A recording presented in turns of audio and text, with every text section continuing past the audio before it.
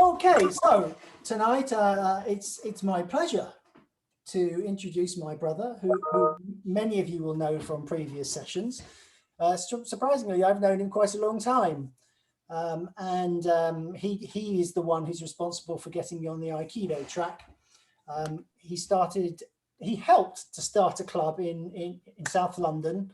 And on the first night, you've got to get people on the mat, right? So what do? You call on your family and friends and say, oh, this is going to be brilliant. You should turn up to this. And 36 years later, I'm still doing it. I think, Piers, it must be, is this your 40th year? It's, I think, 39 now. But is it, you're in your 40th year? Ah, could be. I think I can get away with saying he's in his 40th year of Aikido anyway. Very generous. I will. So his journey and mine have been very similar. Piers is ranked to 7th Dan. He's currently the chairman of the British Aikido Board in the UK, which is a body that promotes Aikido in the UK and keeps them advised of changes in legislation, provides a coaching system, etc., etc., etc. So he's well connected within the UK Aikido community particularly. He's run his own dojo probably for about 30 years now. Is that about right? 35, I think it is now. 35, there you go. So that's quite a long time. Granddad, so quite a few leadership roles. And in the last few years, he's done a training system, LDI, which Shemek knows all about. Leadership development. What was it, Piers? Intensive. I think he can come at leadership from all sorts of angles. I'm hoping he's got something to offer. We'll find out, shall we? So, Piers, what are the characteristics of a great leader? Actually, it's interesting you should ask that, because I'm going to ask the audience, because I think I know some of them, but I think it would be quite nice if we get a bit of audience participation going here and ask people to maybe name what they think the characteristics of a great leader are. Okay, right. It was a 50-50 shot. I was either going to go with you or I was going to go with the audience, but I decided to go with you.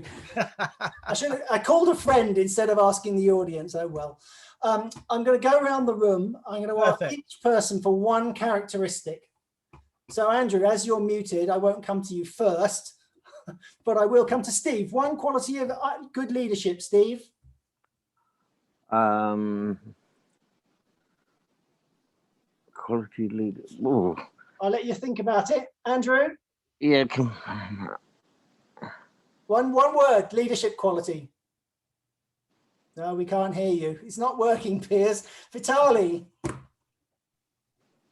Gentleness and firmness. Okay, that's 2 words, but that'll do. Yeah, I've been penalised. Vitali, you got 1 word for me? Wisdom. Wisdom. Gordon? Yeah.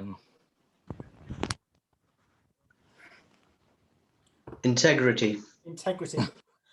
Robert? Say that again. Perception. Perception. Errol? I can explain. Say that again. Empathy. Empathy. Love it. John? Humble. Humble. Chris? Commitment. Commitment. Fred? No, you're muted. You're going to have to unmute. Daring. Daring. Okay. Or was it daring or caring? Caring, C-A-R-I-N-G. Got it. Dimitra?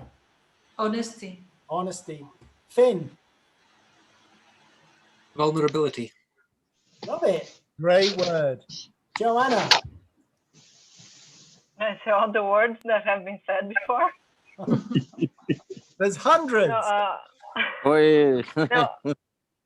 I'll say welcoming. When you welcome, you embracing. Okay, lovely. Opening. Patrick? Compassion. Compassionate. Dan.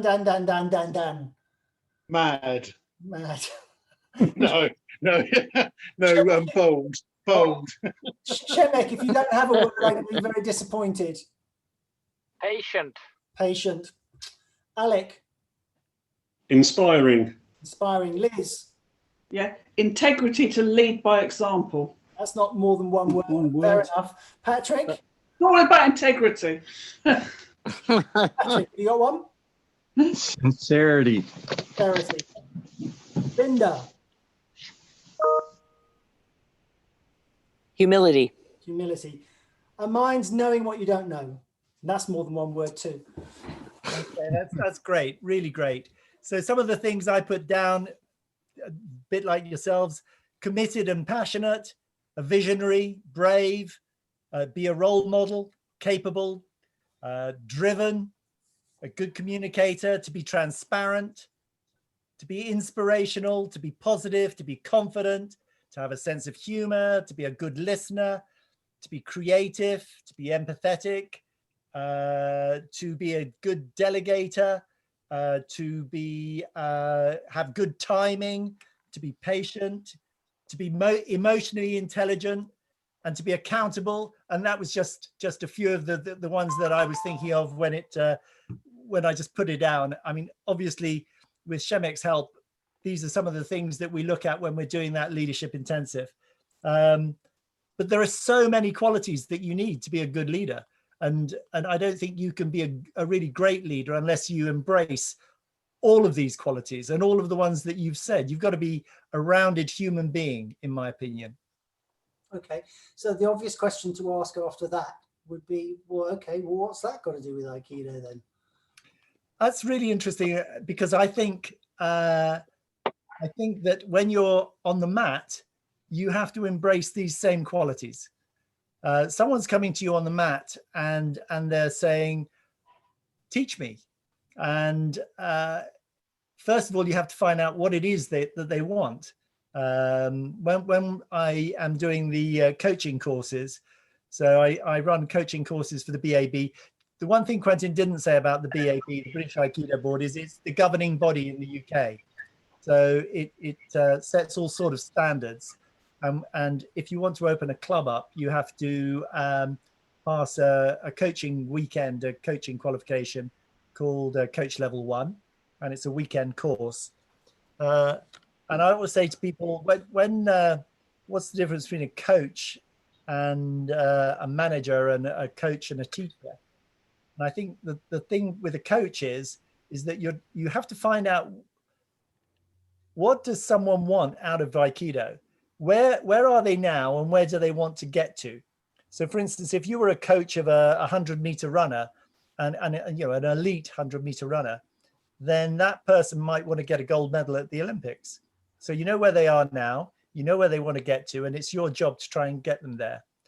And you need all sorts of qualities. You're going to need to be patient. You're going to need to be inspiring. You're going to need to be creative. You're going to need to know your stuff to be able to get them to grow in the role of being a 100-meter runner.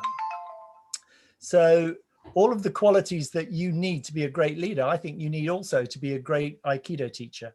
Okay, I'll be a bit more specific. Okay, so you run a dojo, but not everybody runs a dojo.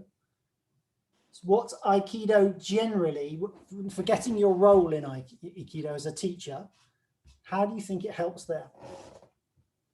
How does it Aikido specifically help? Yeah, so I mean, not everybody has to be a dojo-cho. Not everyone chooses to teach. Sure. Okay, I think that's a good question. I think there are often considered to be two types of leader. You've got very authoritative leaders, i.e., you know, the classic one would be bad leaders, in my opinion. You know, someone like Hitler, who has great power, but none of the other qualities that people mentioned earlier and that I mentioned earlier. And then you have leaders that can be very agile, and the purpose is to be inspirational and to delegate power and to bring people on. So how does the role of Aikido help you do that sort of stuff? Well, I think one of the things about Aikido is that it's a very creative art, and it embraces both the mind and the body. And because of those two facets, it's uniquely capable of helping you develop both mentally and physically. Right. Yeah, fair enough. You say there are two styles of leadership. I suspect there would be people on this call who say there are many styles of leadership. Lots of styles, but I'm not talking about a style. Although I say, from the web. Oh, that's only my phone talking to me. okay. If you think about what's the difference between a leader that just tells you to do something because they have power over you, and a leader that is someone that is standing out there inspiring you. I think what was very interesting, was it just yesterday or the day before yesterday? It was yesterday. Listening to Biden with his speech, it was extraordinarily presidential. It was inspirational. You know, it's the most inspirational speech I've heard since Obama, and it was really interesting listening to his language, and it was embracing everybody. He was talking about unity. He was talking about bringing people together, uniting the country, and it was a really great speech, and you know, certainly America's been lacking that for a very long time. Okay, so we've got these two styles of leadership: the what you might call the authoritative and the agile, as you described it. Do you think there's I mean, you went to Hitler, but you could go to someone like Churchill, who you might say is very charismatic, and you know, in his private life might not have done the best of things, but was a brilliant wartime leader. Is there a place for both? Oh, absolutely, because it depends what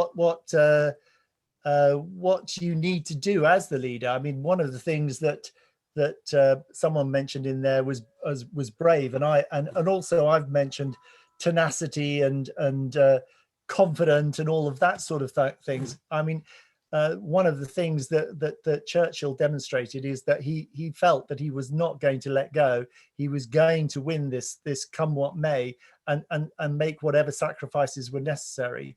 And he carried the people with him. So at times you need this. This is what I'm talking about. You know, the qualities of a really great leader. You have to embrace so many things.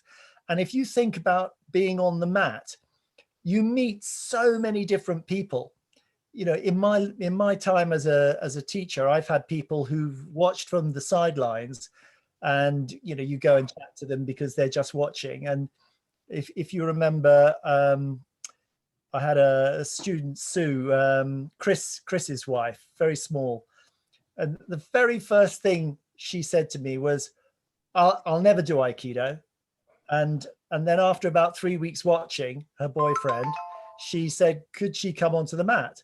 And she said, I'll never wear a gi. And then after about 2 or 3 weeks, she asked me to buy her a gi. She equally was adamant she would never take an exam. And she ended up getting a black belt. So, and she was a massive hypochondriac and had all sorts of insecurity issues. And then at the other end of the scale, you've got Dan, who just loves Aikido and is so keen and you know, just can't get enough of it, and comes because he loves martial arts and wanted to do it. And you've got every single person in between, and you've got to try and carry all of those people on the mat, identify what it is that they've come for. And I think that's a really great example of how being an Aikido teacher particularly, but also a practitioner, because you're practicing with lots of different people on the mat. And if you treat them all the same, that's not what they want. There are some people that literally, the moment they feel a harsh grip, will go, ow, that hurts, you're hurting me, let go. Yeah, you're trying to find that balance with every person. And you kind of, one of the things that sprung to my mind when you talked about being persistent is how in Aikido, if we're to progress, we have to be persistent. We have to keep getting up when we're thrown down. We have to accept that we're going to make more mistakes than getting it right, and work our way through that to improve. So that strikes me as a great quality we learn from Aikido that is really, really useful when you're becoming a leader. Absolutely. And not only that, but it's the dichotomy, the difference between the thrower and the thrown. You know, you're seeing it from the two different sides, and that's not very often that you know, if you think about any great leader. So, you know, you've got Biden, you've got, I'm not saying he's a great leader, but he was in a position of great power. You know, can you ever imagine that someone would throw Trump, because he just wouldn't have it? His ego was too great. But when you're being thrown, you're down on the floor, you've been thrown. And often we say on the mat, you know, if you hurt someone, the chances are, as soon as the role is reversed, someone will hurt you back. So, you know, don't do it.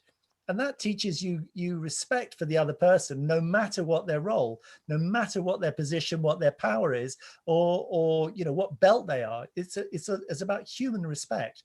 And I think that's a really great educator. It's a great leveler. Yeah.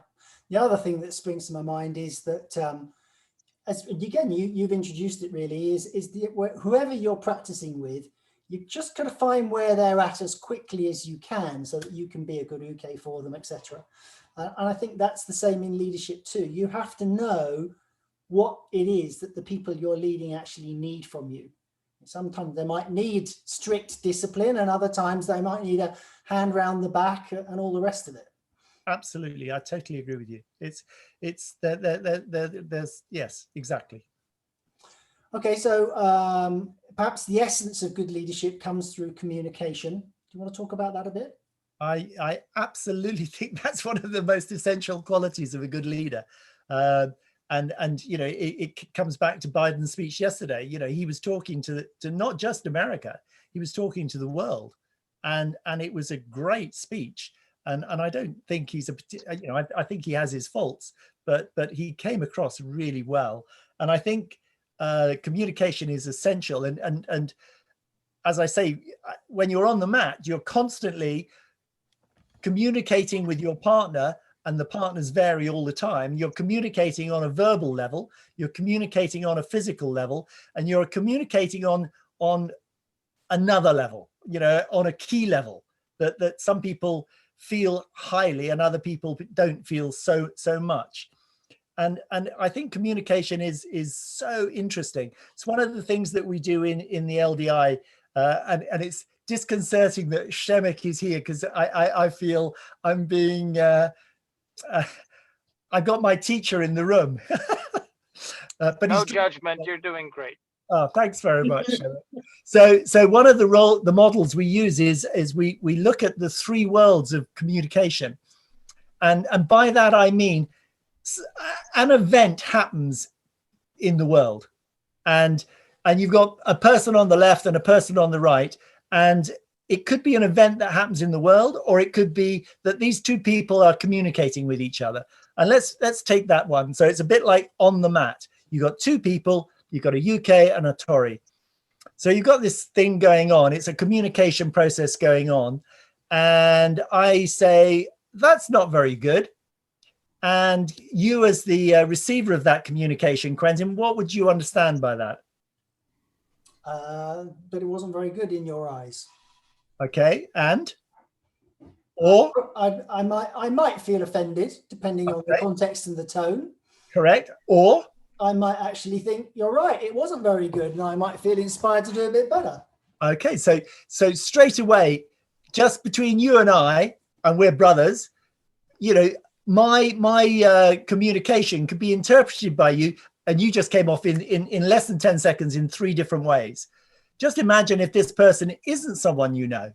So this person could have a completely different upbringing to you, different education to you, different religion to you, different economic, socio-political background to you. And those same words would mean something completely different. So when you communicate something, you think you've said, oh, let's say instead of that wasn't very good, I say, oh, that was all right. That may be interpreted as an insult. It may be interpreted as high praise. You've no idea until you get that feedback that they really understood you.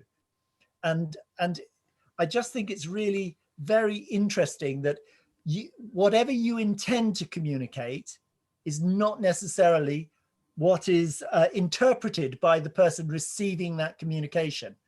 And on the mat, it can be very quickly identified, because the technique will either work or not work, or you get, you can get physical feedback, or you can get verbal feedback, or both, and you can talk about it. But just in our own world, and I'm thinking about when Jake got married, when we've had family communications via WhatsApp, there was certainly one WhatsApp communication where I absolutely went off like a skyrocket because I totally misinterpreted it and basically upset all my brothers and sisters. And that's because I misinterpreted the communication. I took it one way and it was not meant that way. So you have to fall down a few times to keep getting up, eh? Yeah, and it's just so essential, and yet we all take communication for granted. Okay, you just assume that when I say something, the other person understands and interprets exactly what I'm saying. Okay, so knowing that, yeah, what do you do in your business life to make sure that as often as you possibly can, you make sure that people receive the intention that you're trying to give them? Okay, that's great. So the only way you know that is ask for feedback. I would like you to do this by Friday, and then say, so do you think you're going to be able to do it by Friday? Do you understand the task? And then you can only find out if they really understand by getting feedback. If you just say, could you do it by Friday? They may be terrified because they don't even know how to do it. They may not even understand some of the words in the communication, but they don't feel they've got confidence enough to query it. I've certainly had that in my life where I didn't understand something, but I was too nervous to interrogate the person giving me the command. Absolutely useless. Okay, what about the sort of things like "that's not very good," which might be a throwaway line for you, but someone might go off on one just because they've interpreted something different? Do you check? You're good about checking then too? Well, yes. I think I often get, well, maybe often is not fair, but I get criticized sometimes at work. I'm the COO of a manufacturing company, and I get told off for being a bit blunt in what I come out with. I tend to say what I think, and I don't think I'm too harsh, but I do get criticized for being a bit too blunt sometimes, because I just think it's common sense. And one of my favorite quotes of all time is that the only problem with common sense is it's not very common. So, yeah, you've got to be a little bit careful. You've got to be aware of the person receiving the comment. Sure. So any more you want to say about communication? No, I think it'll come out all the way through this session though. Okay. Within Aikido on the Mat, within the Key Aikido school, you've got these 5 basic principles for how you practice Aikido. I think that's big influence in the way you see leadership. Do you want to talk us through that? Yeah.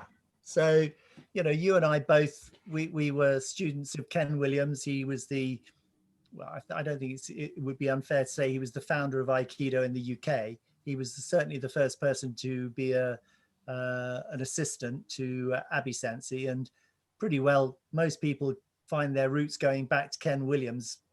In whatever family tree you are, you end up with Ken Williams.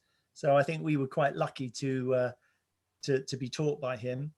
And he had 4 rules for coordinating your mind and body, and 5 rules for practicing Aikido, which came straight from Toho Sensei. And the first one is extend ki. And I think that's all about a leader has to have really positive energy. You have to, I was attending a webinar today. It was all about energizing business in 2021. And all the speakers were talking about having a positive state of mind, being positive.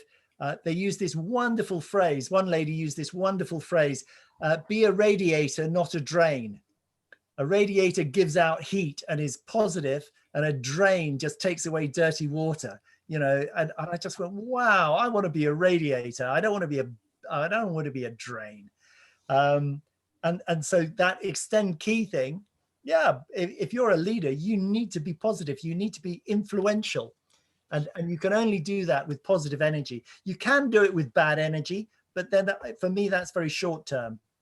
Can I add to that a bit and say that it's not just about being positive, it's also about being very aware. So just putting yourself out there and feeling what's going on. Exactly. You can be as positive as you like, but if you're not sensitive as well, it doesn't necessarily work.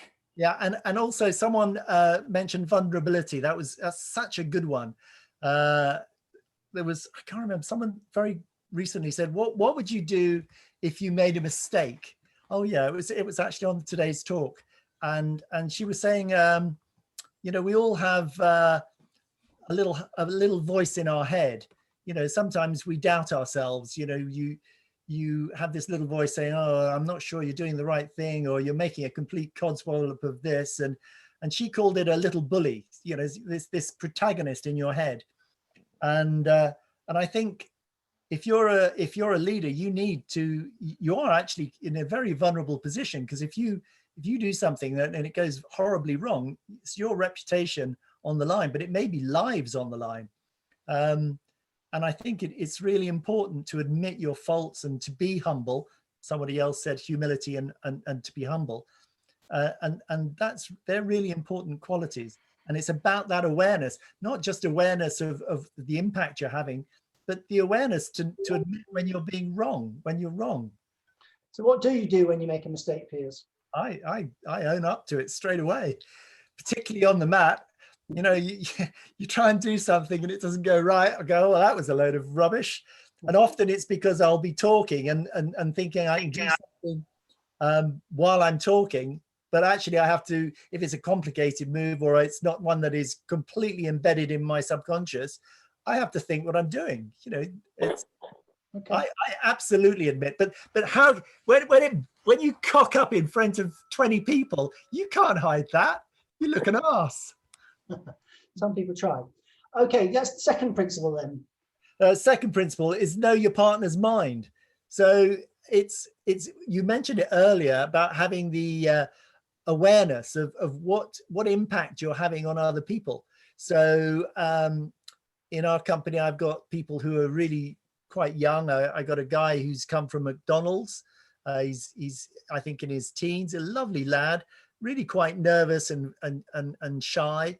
And it's a question of giving him confidence in his role and saying that he's doing really well, training him in the role. So, and I've got other people in the company that have been in business for 50 years.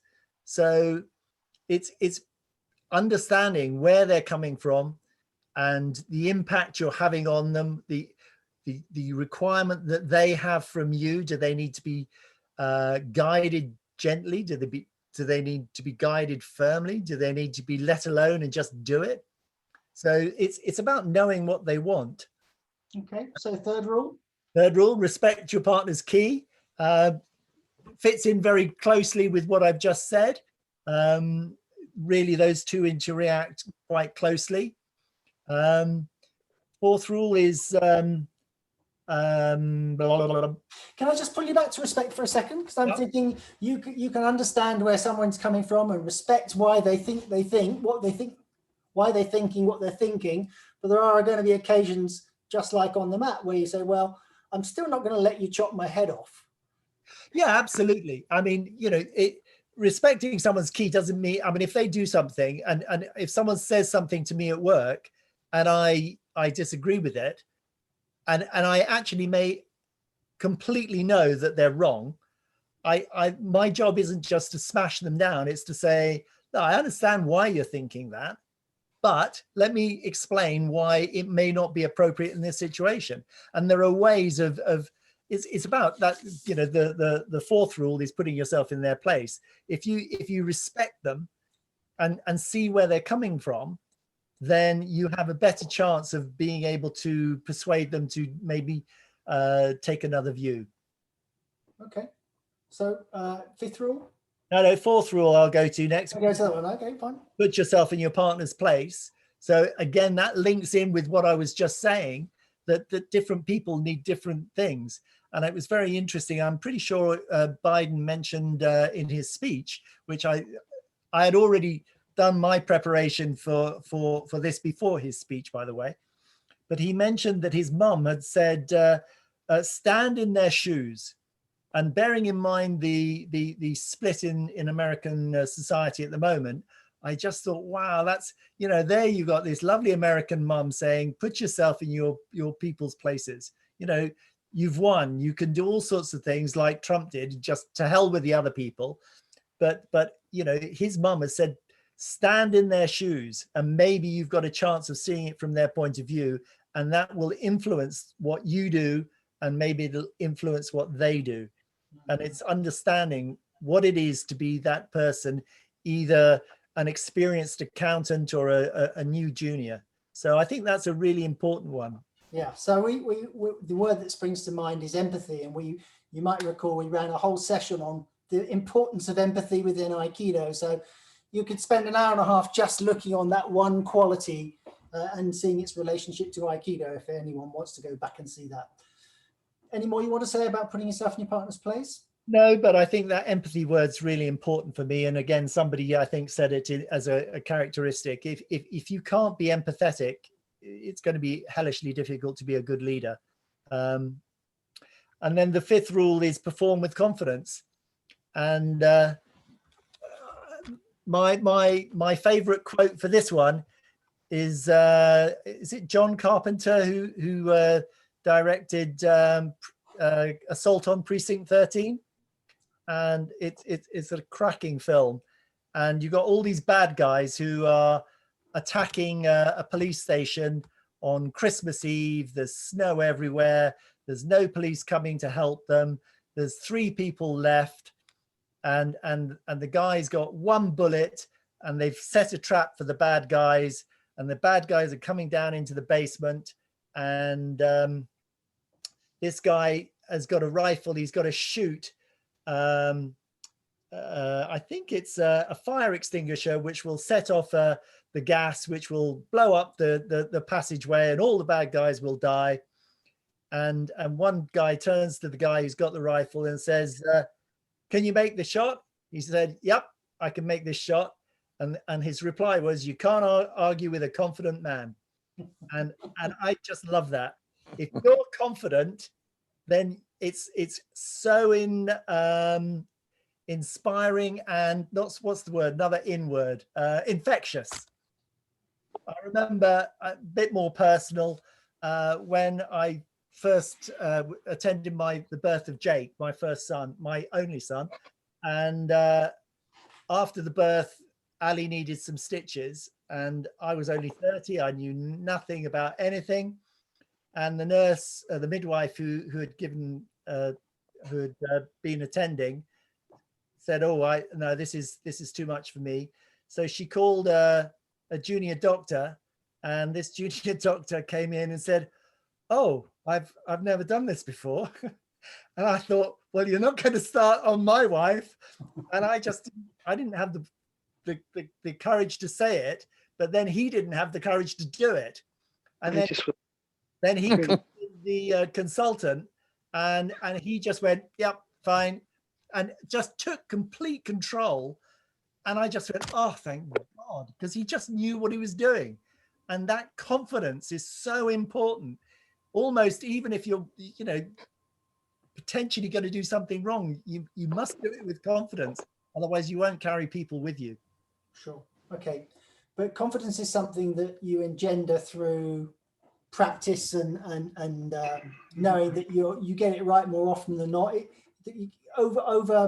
Confidence in the wrong place can be very dangerous. So absolutely. Chris wanted to say something. Let me bring Chris in.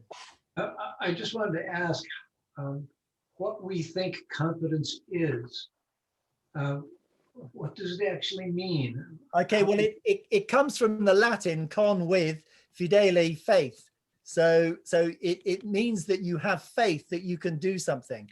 And I once got accused of being arrogant, and that really upset me, actually, because I don't think I am arrogant. The problem is I am confident in the things that I think I know how to do, because I have faith in myself. And that sometimes, if arrogance is when you think you can do something, but you haven't a freaking clue. So the two, I think, are really interesting because they're at different ends of this spectrum. There's confidence, you know how to do it, and there's arrogance, you think you do, but you don't. And I've so heard that confidence is related to ki. I've heard it. it's related to what? Ki. To key. Yeah. I think positive energy, yes. Yeah. Are you happy, Chris? Yeah, I just wanted to take another pass in. Yeah, that's fine. We could probably spend the whole session on confidence, actually, I think. Strangely enough, Piers, I've had a very similar experience. I've been accused of being arrogant in my time too, so there you go. All right, so those 5 rules of Aikido, which can directly track to the mat, are also directly important skills or principles to operate in leadership too. So I know you want to talk about respect. I do, yeah, because we were talking about it earlier, respect your partner's key. There's a model that we use in LDI, which is, they call it the continuum of mutual respect. And I think it's really good. It opened my eyes. One of the things that LDI does is, Shemek, who's on this call at the moment and looking very cozy, looks like you stopped driving now. He said, "Oh, I think you'd like to do this training stuff." And I said, "What is it?" He said, "Oh, it's sort of leadership stuff." And I because I know Shemek and I trust him completely, I didn't look at any brochures. I didn't look online. I just went, "Yeah, okay." And I asked the people I work with if I could take a week off and go over to Poland and do this course. And I assumed it was leadership training. And if I'm honest, I actually do leadership training, and I thought I was pretty good at leadership training. And I thought, well, I'll just go along and check that I know what I'm doing and I'm as good as I think I am and all that sort of stuff. And the first day you get there, they say, well, this isn't leadership training. This is leadership development intensive. This is about making you a better person of you, a better version of you. And it absolutely blew me away. I learned so much. And one of the things that they use is this continuum of mutual respect. So at one end of this continuum, so our line is like this, at one end, you've got blame and make wrong. So something happens and my interpretation is, you stupid bastard, you're always doing that wrong. You're an idiot.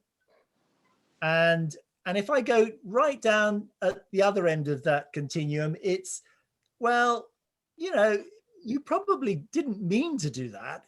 And it maybe you did what you did because for the very best of motives, the best intentions.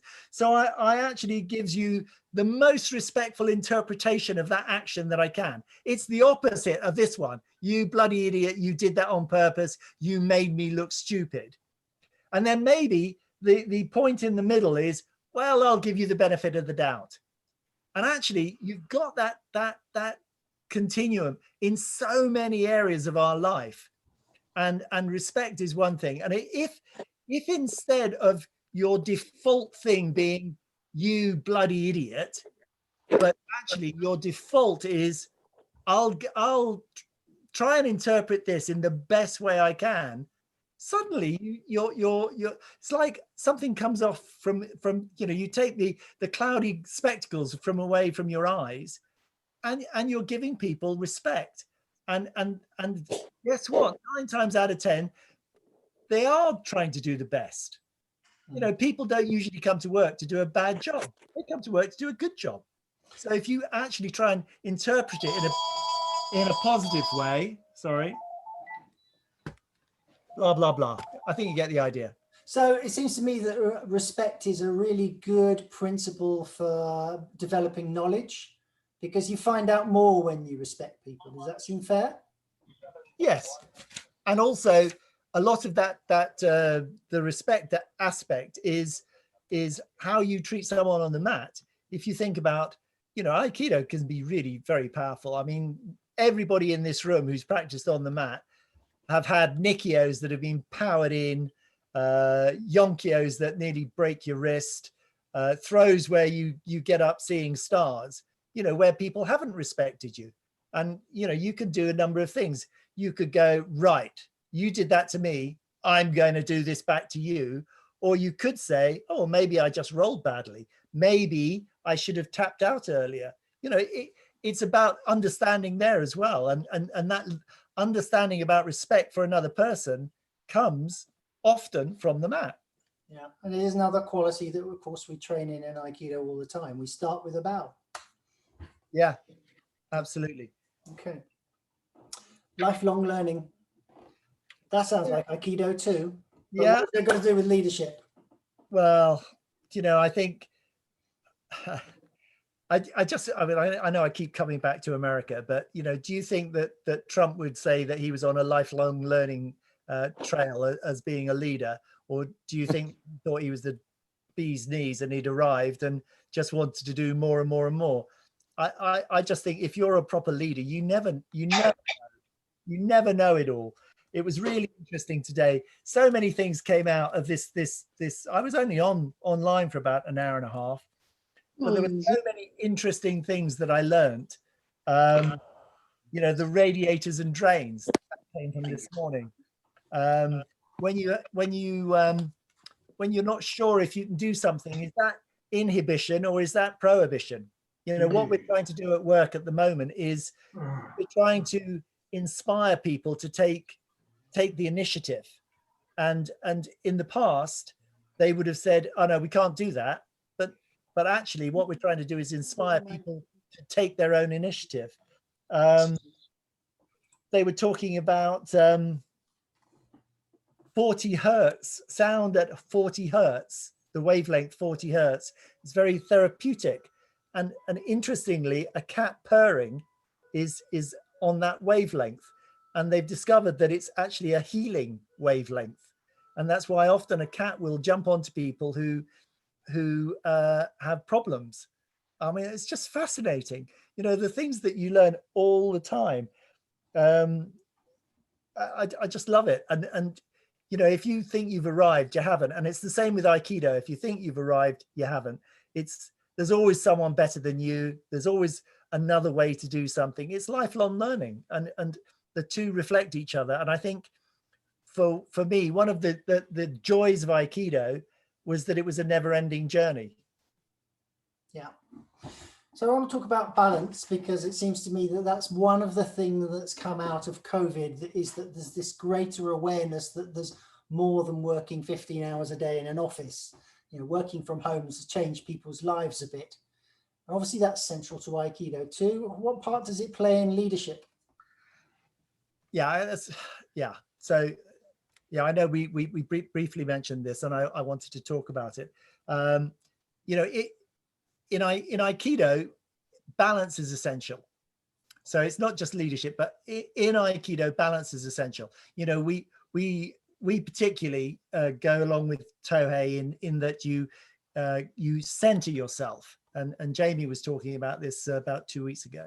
You know, you get centered and you feel stable in your posture. You'll take hand-me position. And essentially when someone comes and attacks you, what they're trying to do is they're trying to take you off balance, and then you'll try and take them off balance so that you can complete the throw or whatever it is you want to do. So balance is an intrinsic part. It's very hard to throw someone if they're balanced. If they've got their 1 point, it's really difficult to move them. Particularly in a work environment or any environment, we essentially have different pulls. You know, you're pulled in different directions. So for instance, you get a new job and you really want to make a good impression. So what you do is you work really long hours, and but also you're newly married, and also you've got young children, and also you love to keep fit. So all of those things are different pulls on your time. So if you were to say that the work is your mission, and you want to succeed, and you think, oh, I've really got to work long hours to succeed in this mission and progress and get promoted and earn more money, there's a pull in that direction. But if you get pulled in that direction too much, it's by definition, you're going to be ignoring your new wife, you're going to be ignoring your children, and indeed, you're going to be ignoring your own health. So that's one pull, and you're out of balance.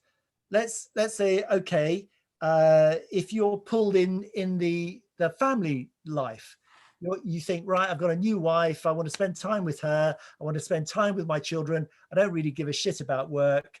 I'll come in late, I'll go home early, I'll go home for lunch. Then what's going to happen is your family life could be fantastic, but you're letting the mission down, you're letting your colleagues down. And so that's not going to work.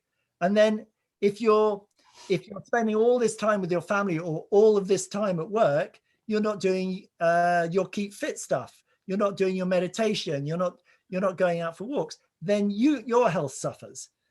So constantly we're trying to find a balance in our life that keeps all of these things in equilibrium. And different people find it hard or easy, but most people find it hard. So I think in terms of leadership, where does that come in? It's to make sure that people are finding balance in their work, because you can affect them there. But equally, people will come to you as the leader and say, I'm having problems at home. I had one just very recently where a guy, he's having problems with his marriage, he's drinking. You know, it's a personal issue, and his work is suffering. So how do I cope with that? He's being pulled in different directions. How did you cope with it? Well, it was an interesting one, actually. We first of all identified that he was having a drink problem. The drink problem was actually creating a marital problem, and that he actually needed support and help. I mean, proper counselling. So we made sure he had counselling, okay. And as well, we said that although these were horrible problems and they were personal, he actually, as a salesman, had to do his job, and he needed to focus when he was at work to actually do his job that he was being paid for. And if he did, we would support him 100%. But he had to start working because he hadn't been doing it for about 6 months.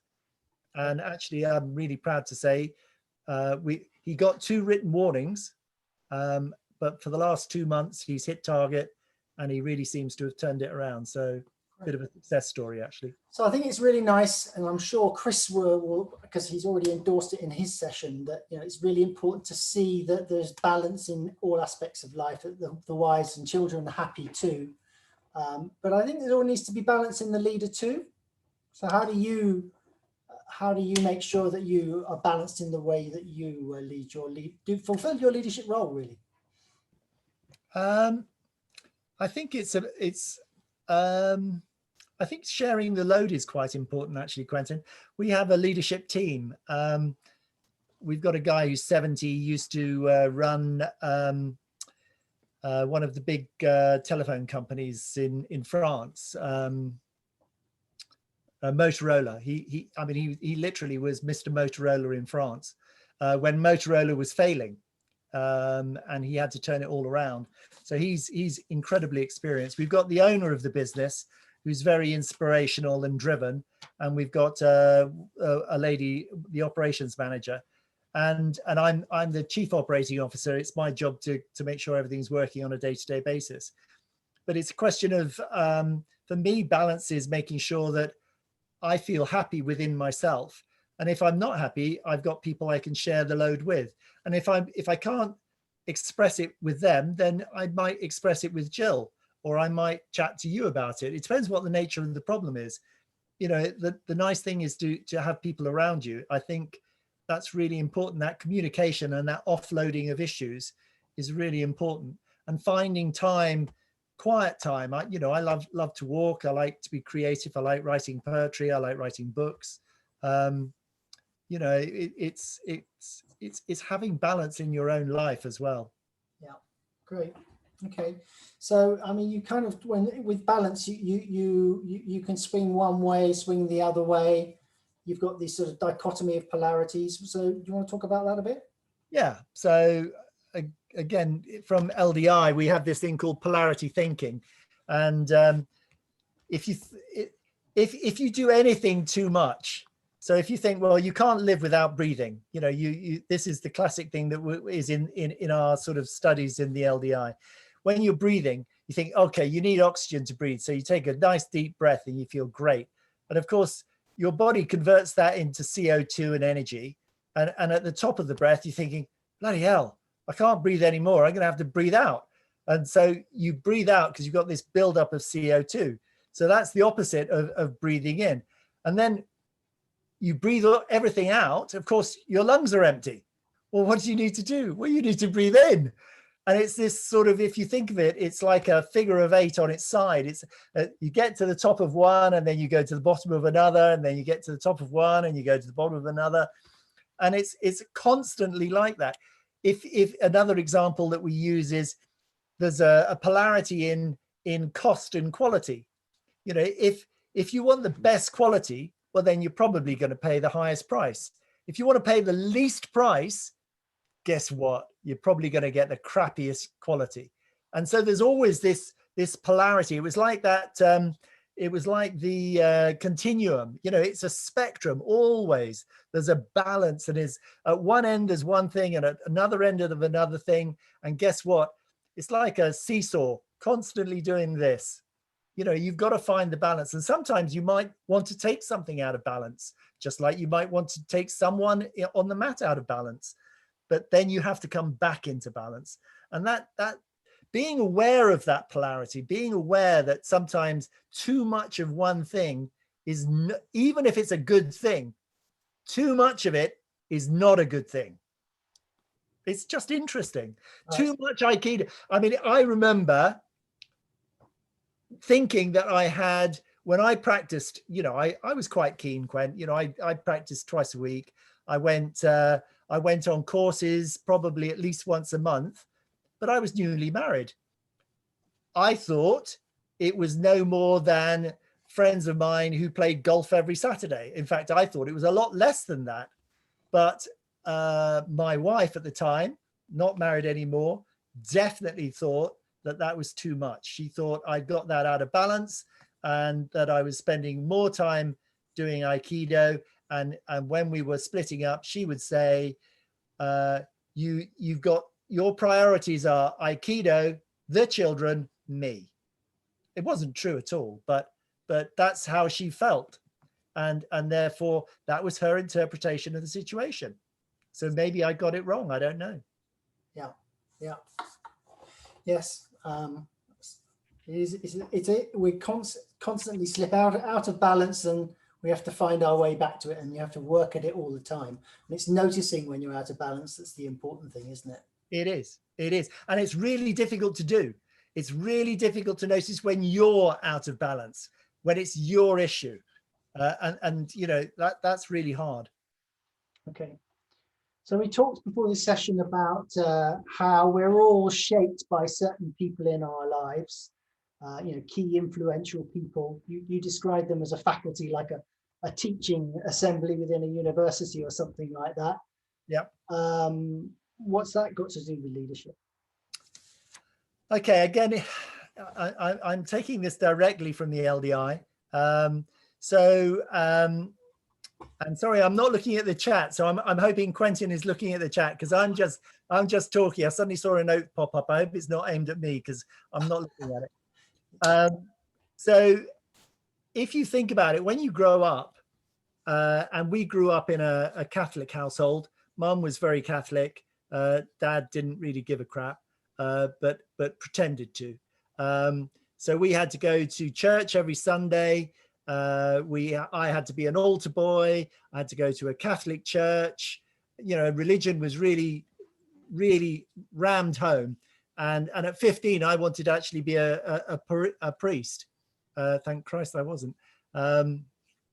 And as it happened in that Catholic monastery, the school where I went, about 30 years or 25 years ago, it was established that there was pedophilia. So I was lucky not to get hit or picked on.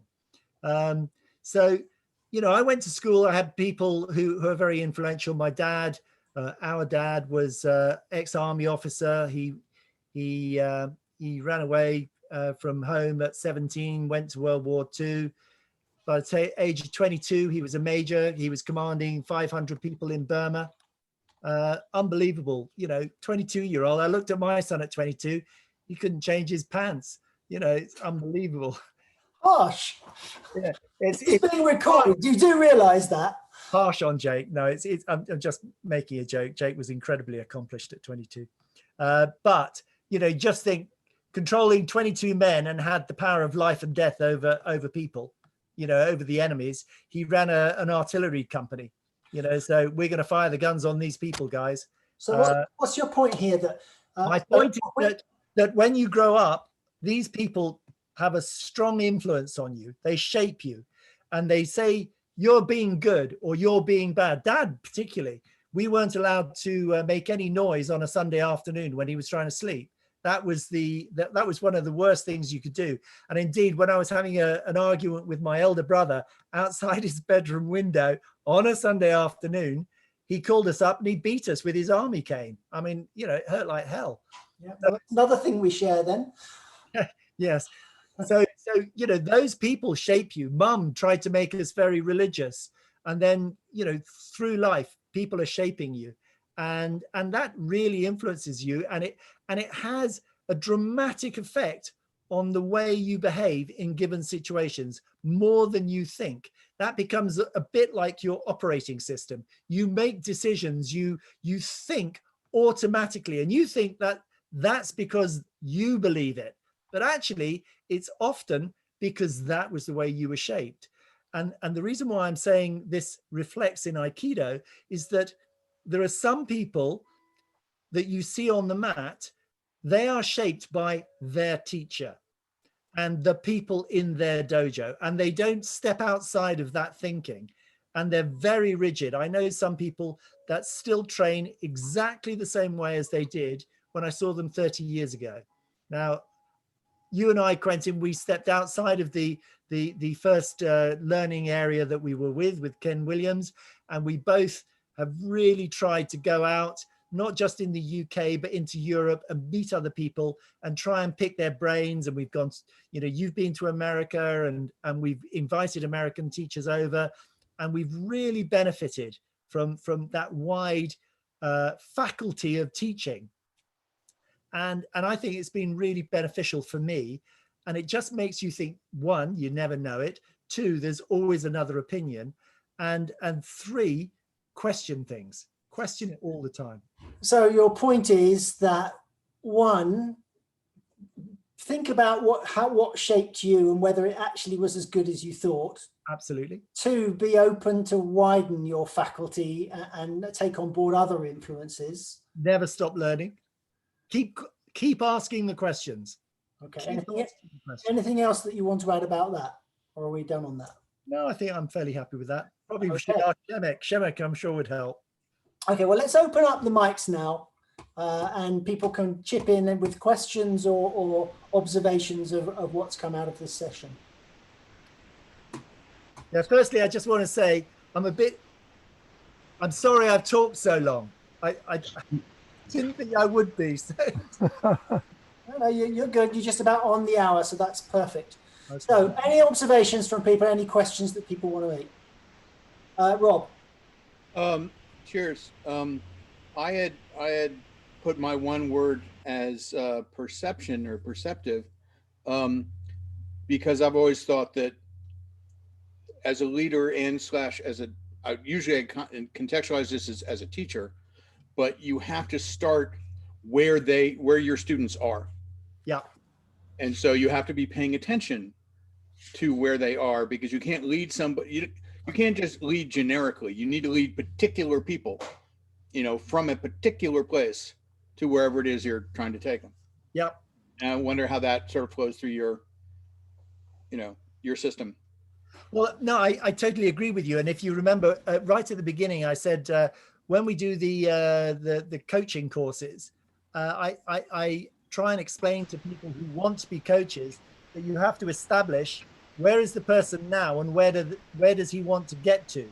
So a teacher will just teach you principles, and a trainer will train you how to do repetitive motion and action. But a coach should identify where you are now and where you want to get to. And I agree with you completely. I wrote your word down actually because I thought it was particularly good.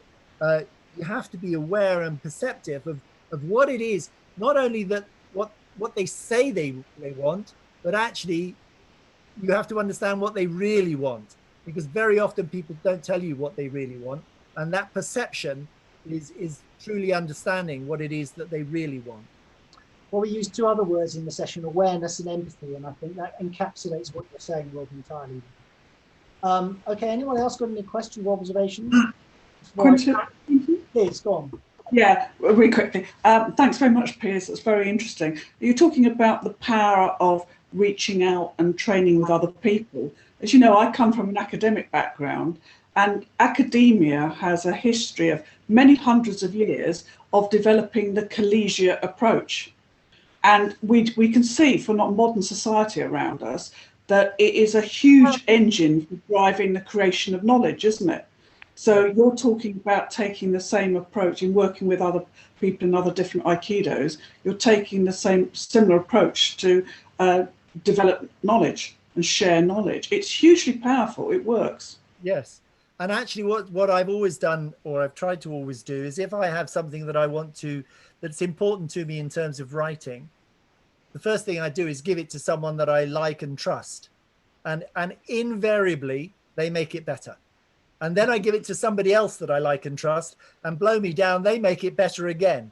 And I'm often, I have to fight, because when I write it in the first instance, I think it's perfect. And then I have to overcome that vanity. And then when I see what they've said, 9 times out of 10, I think, yeah, that's better now. Thank you. Piers, that's so true. Someone said to me about humanity, we have the strength of the hive mind. If we work together, you know, we can achieve so much more collectively than any one person can alone. So you've started to access a hive mind. Every time you ask a different person, you get another perspective. And also what's really interesting is having taken, I've never run a manufacturing company before in my life. So, you know, I've been doing it for 3 years now, and it's really interesting. But one of the things that everybody has something to offer. So it doesn't matter who you are. The newest people in are sometimes most valuable because they are seeing the company fresh. And they I will always say, no, just tell me how it is for you, because, you know, we often won't see the same thing. And that's really important too, to ask everybody.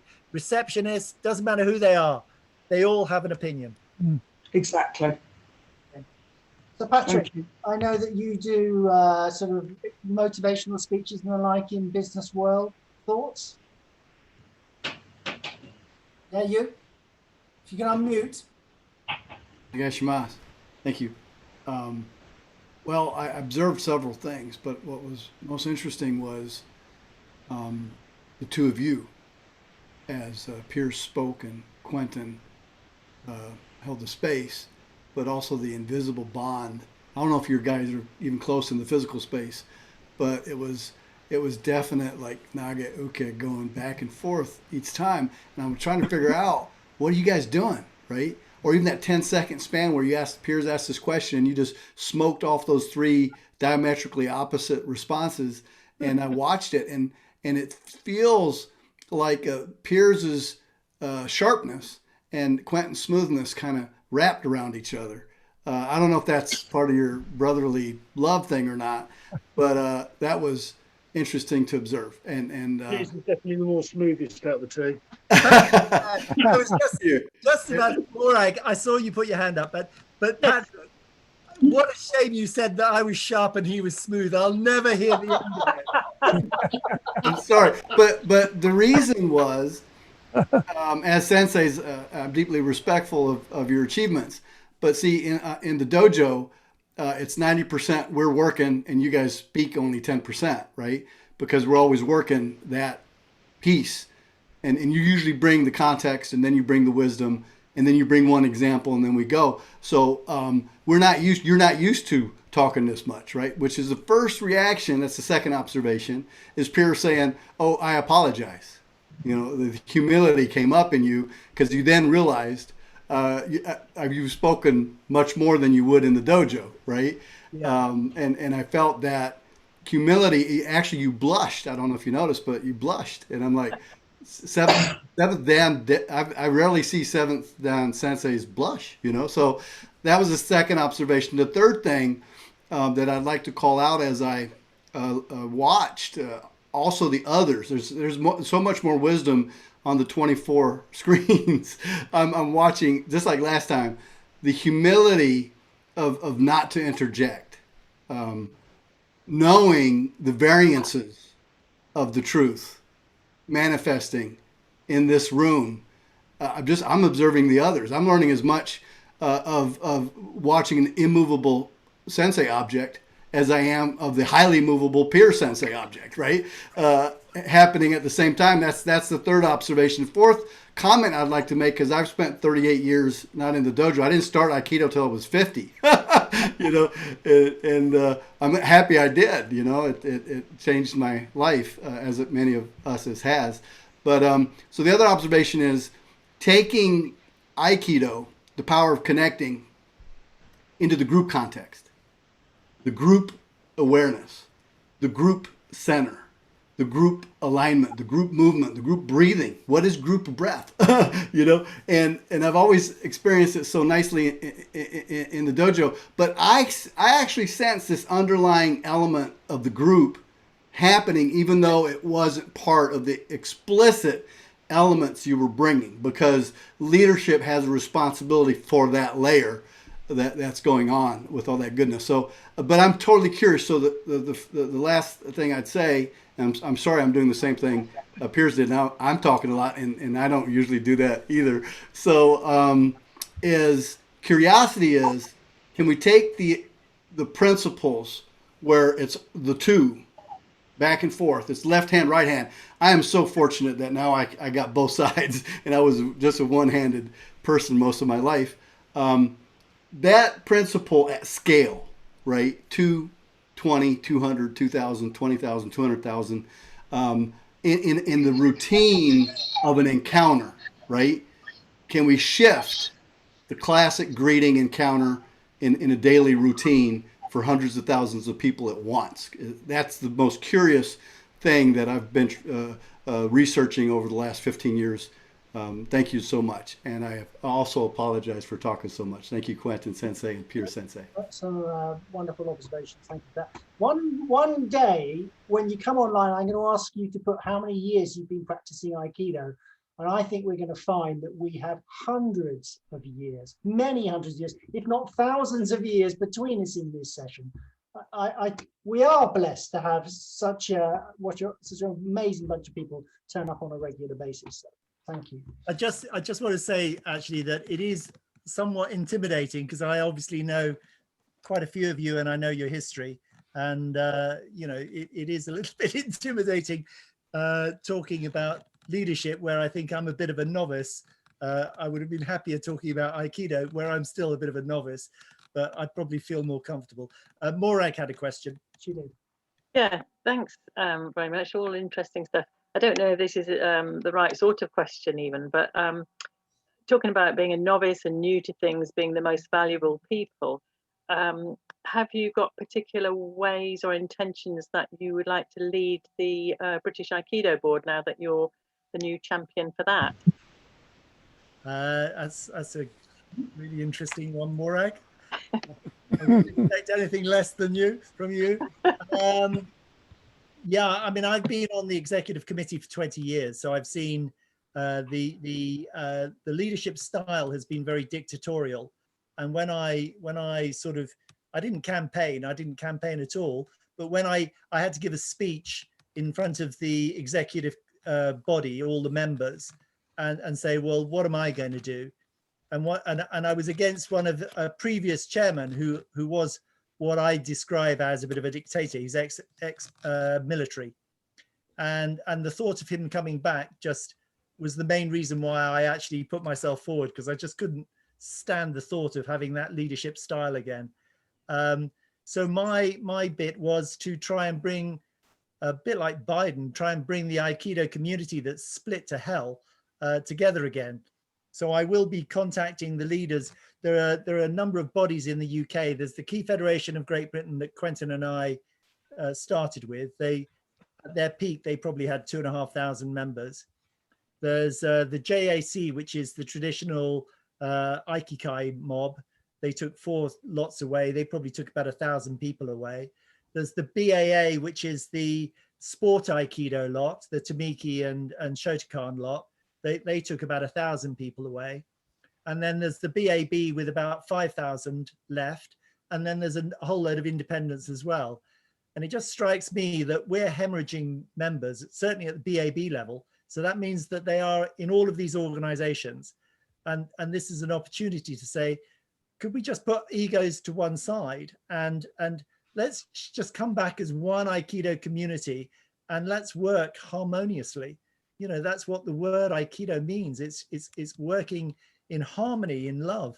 And so my mission is to try maybe to bring together those people and also not to be so dictatorial, but to try and, another one of my things I want to do is actually phone every single head in the BAB and say, what is it you want from the BAB?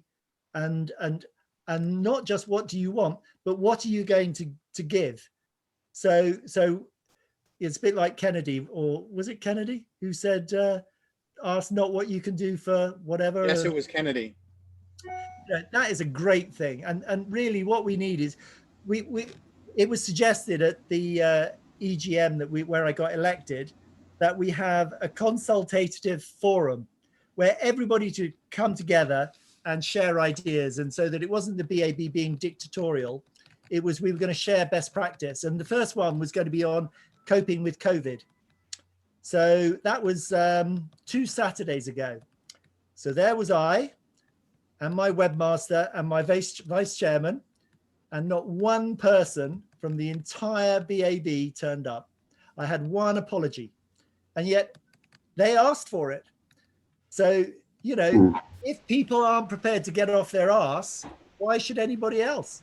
But so I'm not going to say, what do you want? I'm going to say, what are you prepared to do? How are you going to help? Brilliant. Thank you very much. Shemek, teacher, what do you think? Well, great job. I love the session. Sorry for being on the route. I wanted to join, so at least to listen.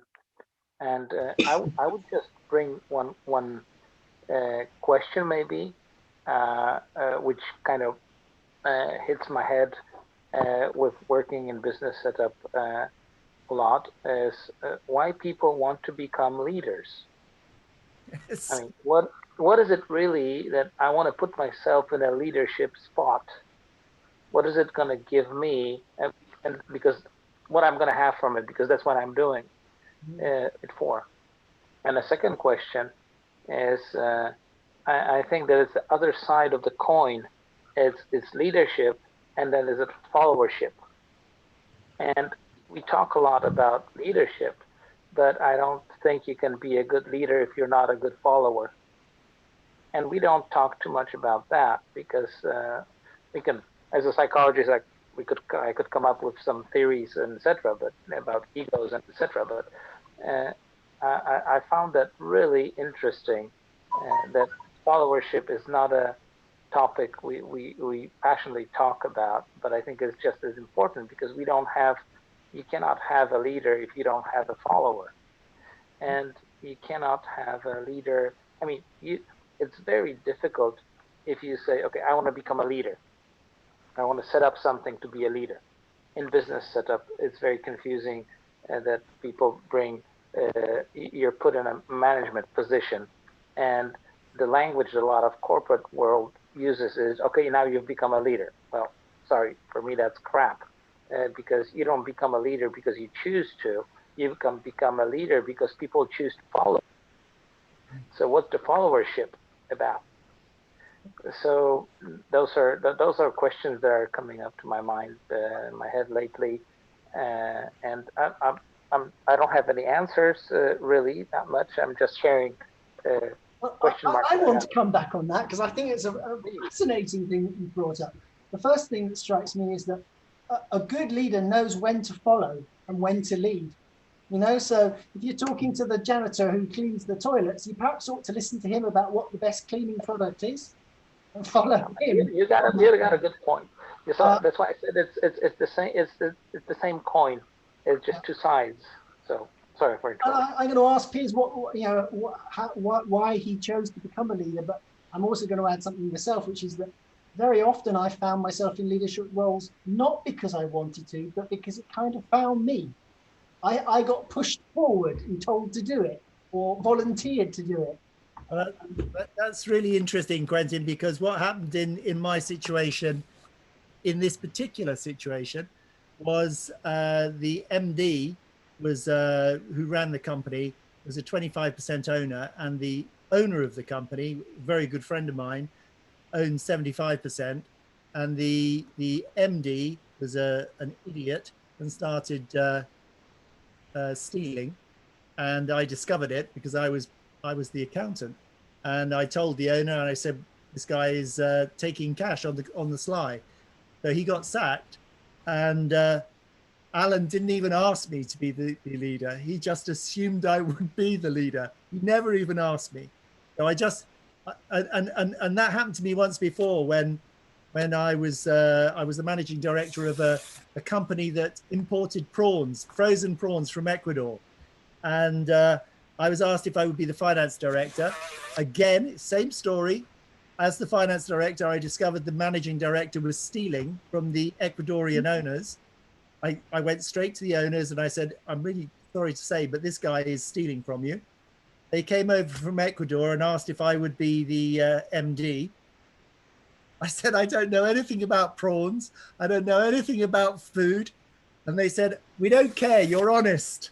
And they flew me to Ecuador, and I learned how to assess prawns and all this sort of stuff.